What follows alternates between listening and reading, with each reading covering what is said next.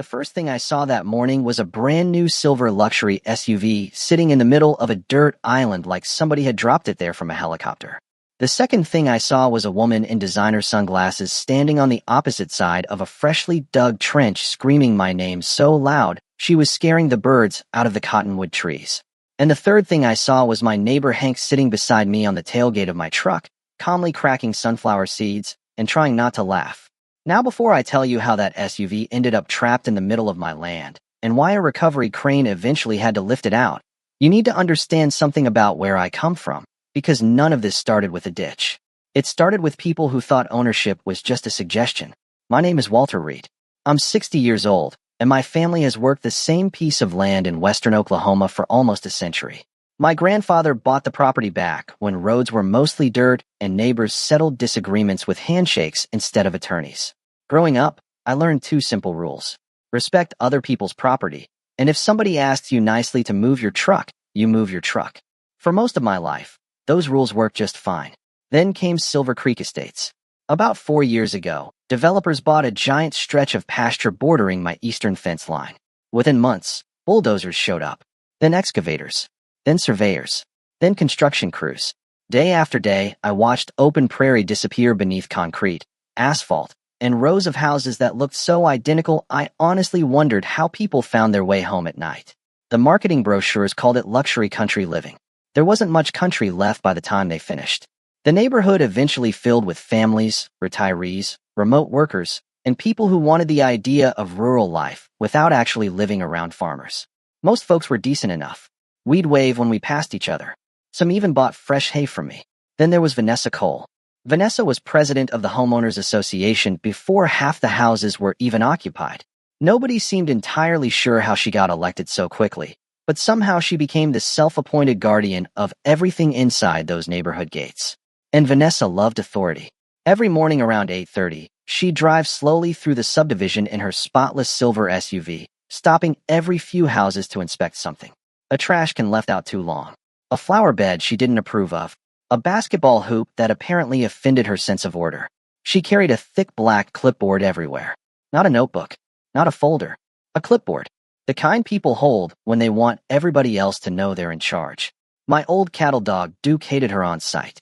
The first time he saw her walking the fence line, he let out a low growl that sounded like a diesel engine trying to start in winter. Turns out Duke had good instincts. Behind Silver Creek Estates ran a private farm access road. It stretched nearly a mile along my eastern property boundary and connected several grazing fields. I used that road every day. Tractors used it. Feed trucks used it. Equipment trailers used it. Most importantly, it was mine. There were signs everywhere. Private property. No trespassing. Authorized vehicles only. You'd have to actively work to miss them. One Tuesday morning, I was hauling fencing supplies to the south pasture when I rounded a bend and hit the brakes. Vanessa's SUV was parked directly in front of my main equipment gate. Dead center. Perfectly blocking it. I shut off my truck and sat there staring through the windshield. Maybe she'd be back in a minute. 5 minutes passed. Then 10. Then 20. Finally, I spotted her walking along the neighborhood side of the fence with another HOA board member trailing behind her carrying paperwork. I stepped out. Morning, I called. She glanced over. Not friendly. Not hostile. Just annoyed that I existed. You're blocking my gate. She looked at the SUV. Then looked back at me. I'm conducting association business. I honestly thought she was joking. That's great, I said. But I need through. She sighed dramatically and adjusted her sunglasses. You can wait. Now, I don't know about you, but there's something special about being told to wait on your own property. Something that reaches deep into a person's soul. Still, I kept my mouth shut. Ma'am, this is private land. Her lips tightened. We have maintenance access rights along this perimeter. No, you don't. Actually, we do. The confidence in her voice would have been impressive if she hadn't been completely wrong. Eventually, she moved the SUV and drove away, but the look she gave me before leaving stuck in my head. It wasn't embarrassment. It wasn't understanding. It was irritation, like I had somehow inconvenienced her by expecting basic respect. And standing there in the dust watching her disappear down the road, I had a feeling that wasn't the last time we'd have this conversation. I just didn't realize that before it was over, she'd turn a simple parking dispute into the most expensive lesson of her entire life. For a little while, I convinced myself it had been a one-time thing. People make mistakes. Maybe she genuinely thought the access road belonged to the county. Maybe somebody had given her bad information. Maybe common sense would eventually win. Looking back now, I don't know whether I was being optimistic or just naive. 3 days later, I walked down to my mailbox and found a large white envelope waiting for me. The return address read Silver Creek Estates Homeowners Association. I remember standing there under the Oklahoma sun staring at it for a second, wondering why an HOA I didn't belong to was sending me mail. Then I opened it. Inside was a formal notice. Not a letter, not a request, a violation notice. According to Vanessa and the association board, dust from my tractors was drifting across the fence and creating an unacceptable nuisance for neighborhood residents. The notice demanded that I water down my farm roads twice daily to reduce airborne particles. Failure to comply would result in fines. Fines. From an HOA. To a man who didn't live in the HOA. I read the document twice. Then I laughed so hard I nearly dropped it. When I got home, I showed it to my wife, Linda. She read it quietly while drinking coffee at the kitchen table. Then she lowered the paper and asked the question that immediately came to my mind. Can they even do this? No. Not even a little. Not even remotely. Linda folded the notice and slid it back across the table. Well, she said, that's probably not a great sign. She was right, because the letter wasn't really about dust. It was about control. Vanessa wasn't upset about dirt. She was upset somebody had told her no. The following week, I spotted the silver SUV again. Same road, same gate, same smug confidence. Only this time she had brought a folding chair. I wish I were kidding. She had actually unfolded a portable lawn chair in the middle of my access road and was sitting there drinking iced tea while watching landscapers work along the neighborhood fence line. I shut down my tractor and walked over. About halfway there, I noticed Hank standing near his fence post watching the entire thing. Hank was one of those men who rarely spoke unless he had something worth saying. He'd farmed beside me for nearly 20 years and understood human nature better than most psychologists. He took one look at Vanessa sitting in her chair and slowly shook his head. That's trouble, he muttered. Sure is. When I reached the gate, Vanessa didn't even stand up. Afternoon, I said. She glanced over her sunglasses. I'm busy. I can see that. The corner of her mouth twitched. Not quite a smile. More like someone enjoying an argument before it starts. You need to move. She took a long sip from her drink.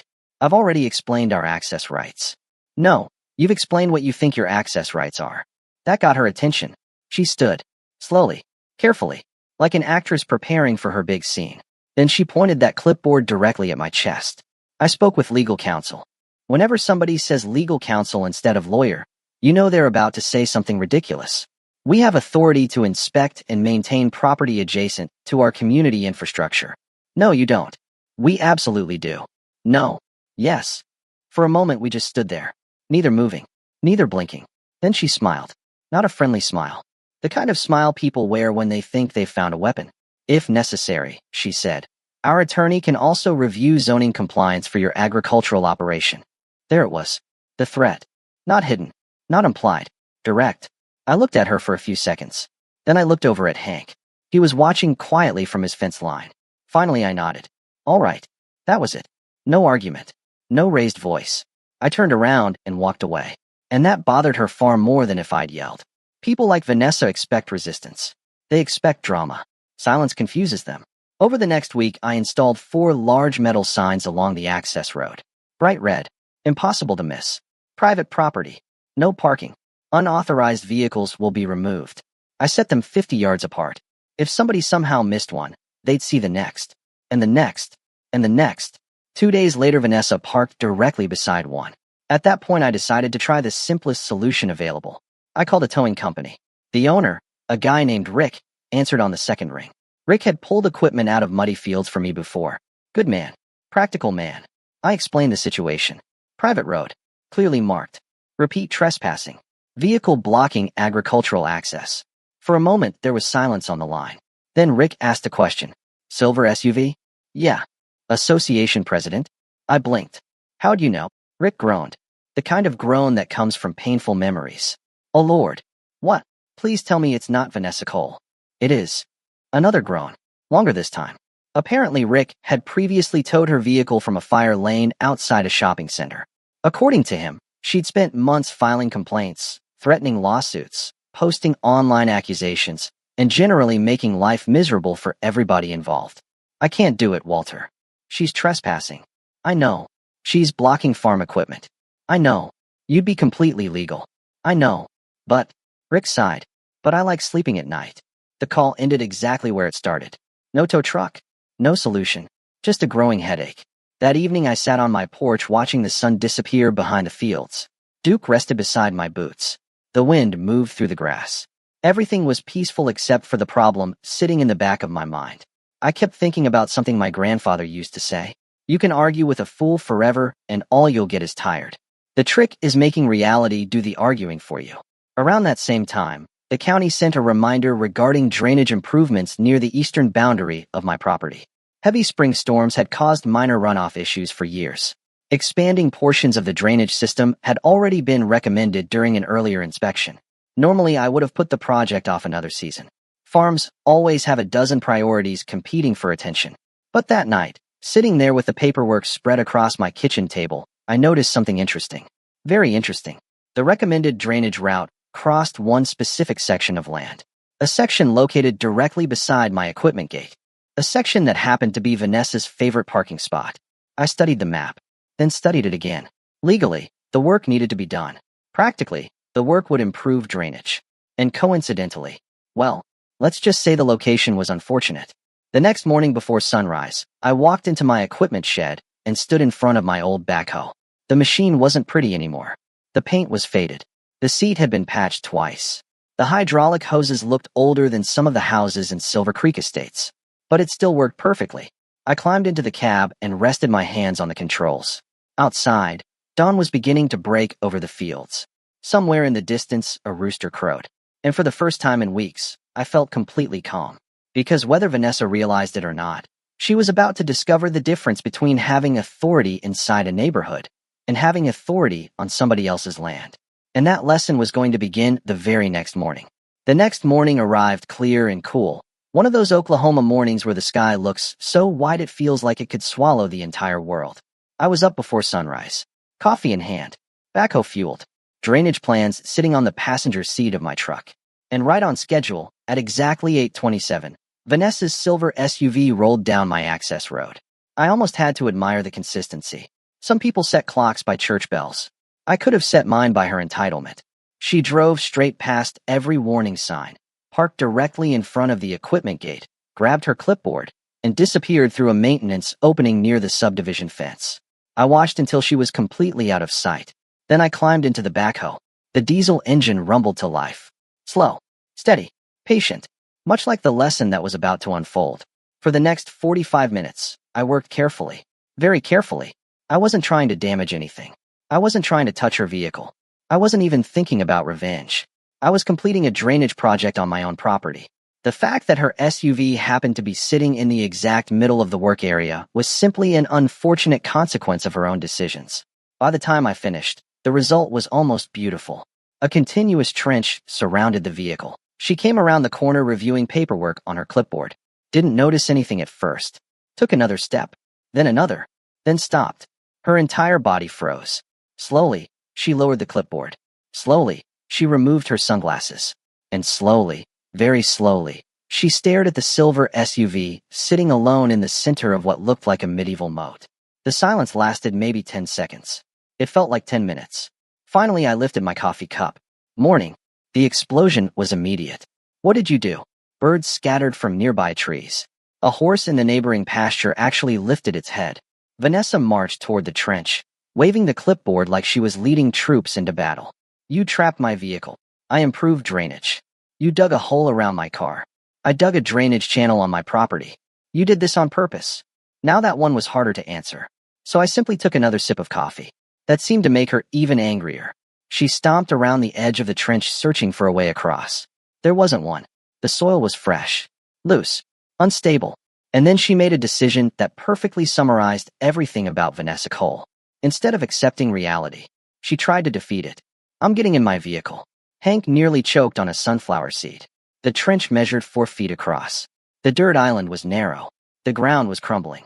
None of those facts appeared to concern her.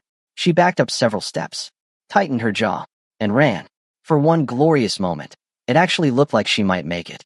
She cleared the gap, landed near the driver's door. and immediately discovered that freshly excavated dirt has very little interest in supporting bad decisions. The edge collapsed beneath her feet. Her arms pinwheeled wildly. The clipboard launched into the air, and Vanessa disappeared into the trench. The sound wasn't dramatic, just a heavy thump followed by complete silence. Then a cloud of dust drifted upward. Hank slowly removed another sunflower seed from his pocket. Not much of a jumper. I don't think I've ever agreed with a statement more. Within minutes, curious residents from Silver Creek Estates began gathering near the fence line. Word travels fast in neighborhoods, especially when the HOA president falls into a ditch. Some people looked concerned. Most looked entertained. A few looked suspiciously happy. Vanessa eventually climbed out covered in dirt, furious beyond words, and immediately called the sheriff. About 30 minutes later, Deputy Carson Miller arrived. Now Carson had grown up farming about 20 miles from my place. When he stepped out of his cruiser and saw the scene, he stopped walking. He looked at the trench, looked at the SUV, looked at Vanessa, then quietly turned around and faced the opposite direction for several seconds. His shoulders shook once, maybe twice. When he turned back, he was professional again. Mostly. Vanessa launched into her version of events immediately.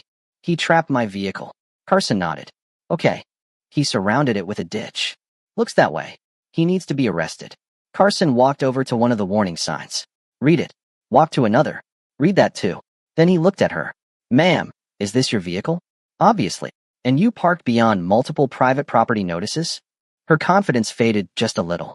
We have access rights. No, you don't. The silence that followed was magnificent. Carson explained exactly what she'd apparently refused to hear for months. Private property was private property. Trespassing was trespassing. And a landowner had every right to conduct lawful excavation work on his own land, especially after posting warning signs. By the end of the conversation, Vanessa wasn't getting an arrest. She was getting a citation, and she still had a trapped SUV. The recovery operation took nearly 4 hours to arrange. A standard tow truck couldn't reach the vehicle. Eventually, a specialized recovery crane arrived from the city. By then, half the subdivision had gathered to watch. Lawn chairs appeared. Coolers appeared. At one point, it felt less like a recovery operation and more like a county fair. The crane operators secured lifting straps beneath the SUV and slowly raised it into the air. The vehicle floated above the trench like some expensive metallic balloon. People actually applauded. I wish I were exaggerating. When the job was finished, Vanessa signed an invoice that reportedly exceeded $2,500. Then she climbed into the recovery truck without saying a word and disappeared down the road. 2 weeks later, she resigned as HOA president. Officially, she cited personal reasons. Unofficially, well, people talk. These days, the neighborhood is much quieter. The new board keeps to itself. The drainage ditch still works perfectly. And every now and then, when I'm standing beside it with a cup of coffee watching the sunrise over the fields, I think about how strange the whole thing was. Some people still tell me I should have filled the trench sooner. Others think she got exactly what she deserved. Honestly, I still don't know where I land on that question. Maybe that's why I'm curious what you think. If you were in my position, would you have handled it differently? Or was that the only way someone like Vanessa was ever going to learn that respect goes both ways? Let me know down in the comments. And if you've ever dealt with a neighbor, HOA, or self-appointed authority figure who thought the rules only applied to everyone else, share your story too. I'd love to hear it.